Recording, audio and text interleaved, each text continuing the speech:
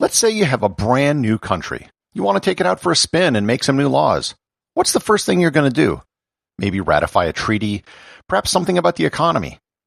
Well, if you were the United States back in 1789, you didn't do anything nearly that exciting. Learn more about the very first law in the United States on this episode of Everything Everywhere Daily.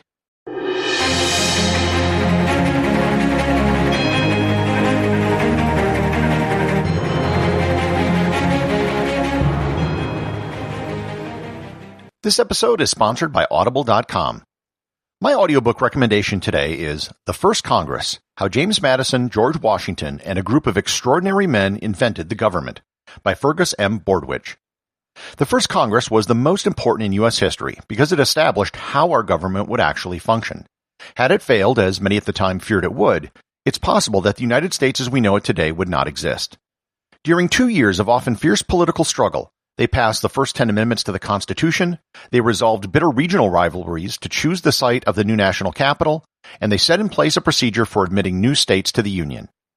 You can claim your 1-month trial to Audible and your 2 free audiobooks by going to audibletrial.com/everythingeverywhere or by clicking on the link in the show notes. If you've ever started a business, there was probably a stage you went through early on where you got letterhead, business cards, and maybe some office supplies. None of that really has anything to do with what your business actually does, but it's all part of the infrastructure of doing business. It's overhead, but it's a necessary overhead. When the first Congress convened on April 1st, 1789, they had a whole bunch of housekeeping that they had to take care of. They had never met before. As institutions, they had no rules or traditions. They had to elect leaders like a Speaker of the House. They had to figure out how they should address themselves. So if you're thinking that the first order of business of the very first Congress was tackling some important issues facing the new country, you'd be wrong. The first issue for Congress was just being Congress. When the House of Representatives finally had a quorum on April 1st, 1789, they met at the Federal Hall in New York City, which was the first capital of the United States.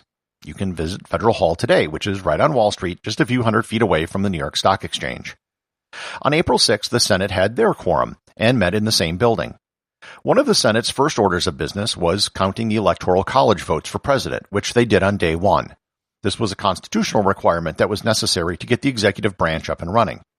On April 21st, John Adams was sworn in as vice president, and on April 30th, George Washington was sworn in as president.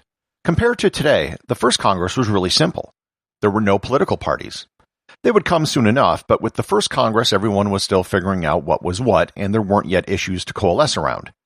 However, of the 65 members in the House, 37 would probably be considered Federalists and supporters of Washington, and 28 would be considered anti-Federalists in the opposition. There wasn't much in the way of committees at this point either. The Senate, which had only 26 members, didn't have any committees. Everything was debated by the entire body. In the House, they had only 3 standing committees: Elections, Rules, and Ways and Means. They also hired employees to help run each body. On April 7th, the day after the Senate met for the first time and read the Electoral College results, they hired a doorkeeper whose job was to keep people out while the Senate was engaged in private deliberations.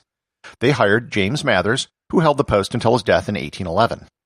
The next day, April 8th, they hired Samuel Otis as the first Secretary of the Senate, a position which he held until 1814.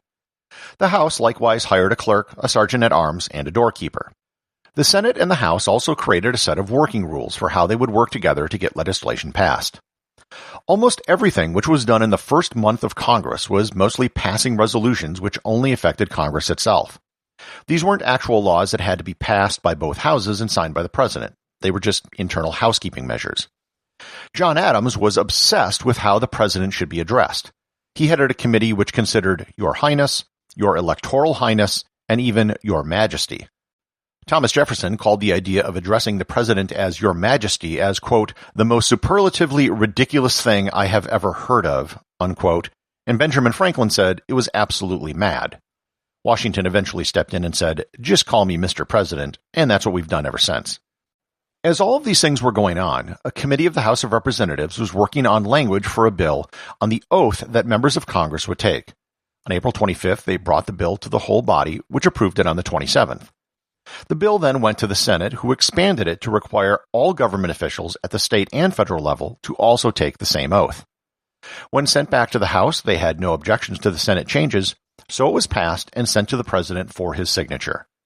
On June 1st, 1789, George Washington affixed his signature, and America had its first official law, an act to regulate the time and manner of administering certain oaths. Here is the actual text of America's first law. Quote, Section 1. Be it enacted by the Senate and House of Representatives of the United States in Congress assembled, that the oath or affirmation required by the 6th article of the Constitution of the United States shall be administered in the following form. To wit, I, A.B., do solemnly swear or affirm, as the case may be, that I will support the Constitution of the United States. The said oath or affirmation shall be administered within 3 days after the passing of this act, by any one member of the Senate to the President of the Senate, and by him to all of the members and to the Secretary, and by the Speaker of the House of Representatives to all the members who have not taken a similar oath, by virtue of a particular resolution of the said House, and to the clerk, and in the case of absence of any member from the service of either House, at the time prescribed for taking of said oath or affirmation, the same shall be administered to such member when he shall appear to take his seat. Unquote. There's more to it, which I'm not going to read, which basically applies the oath to other people in government.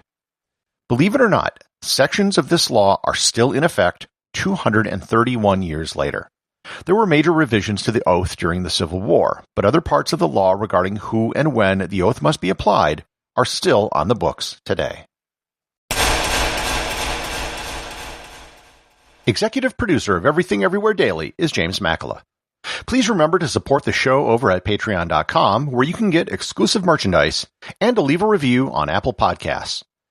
Leave a 5-star review to have your review read online.